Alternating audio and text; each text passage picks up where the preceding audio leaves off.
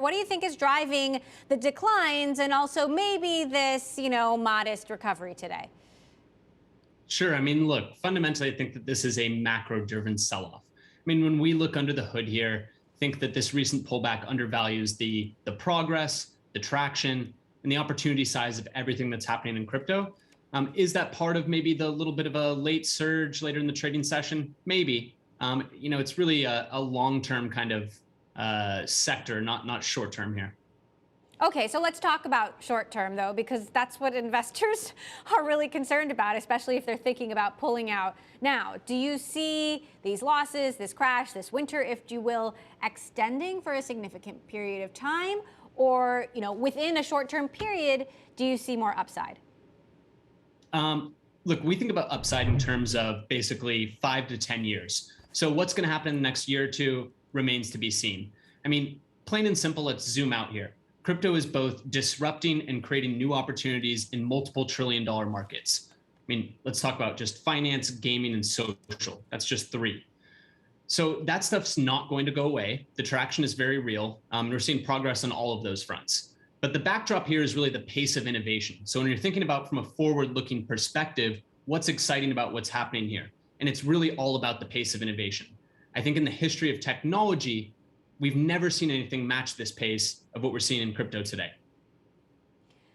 I asked MicroStrategy's Michael Saylor the very same question about how long he plans to hold his Bitcoin. Of course, MicroStrategy, the largest corporate holder of Bitcoin in the world. Does this signs of winter, the cold, give him any pause? Take a quick listen to what he had to say.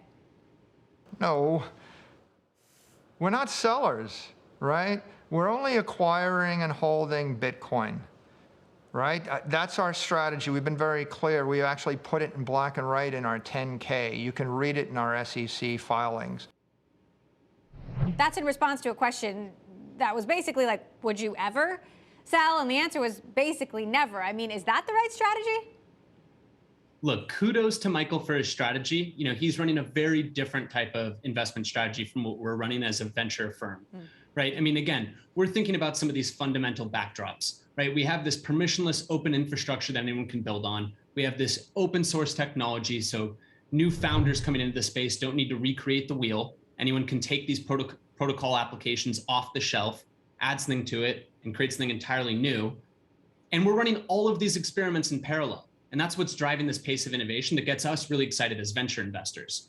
So is there any one asset that we hold in our portfolio that I'd say we would never sell? Of course not. That's not in our business model. But for Michael Saylor and MicroStrategy, they're running a different game, and that's okay. So for those who aren't venture capitalists like yourself, but want to have some exposure to the market and don't know what to do right now, how are you looking at this crash? Is this similar to what happened in 2018? I mean, is it that dramatic? Is it something softer or different? I don't think it's anywhere near the same situation of 2018.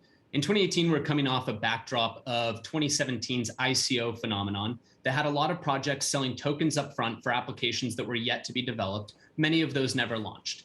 Now, in contrast, what we're seeing here is live networks and live applications where you can review the data on chain on a real-time basis to see how they're performing. We can see how much fees they're generating on an hourly basis, on a minute-by-minute basis. And the numbers are pretty incredible. Several of these applications are generating well north of hundreds of millions of dollars a year annually in fees. So they're delivering real utility to their users. And that's very, very different than 2018. Now, the other thing I would add here is that the backdrop is very different. So in 2018, this was entirely a secular bull market, or a bear market, sorry, for crypto. Now, in contrast here, the secular story for crypto is all very, very bullish. We just have a negative macro backdrop.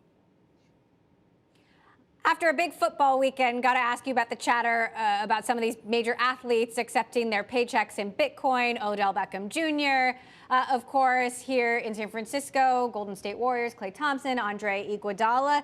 Do you think this was the right play for them, pun intended, given that, they're losing money?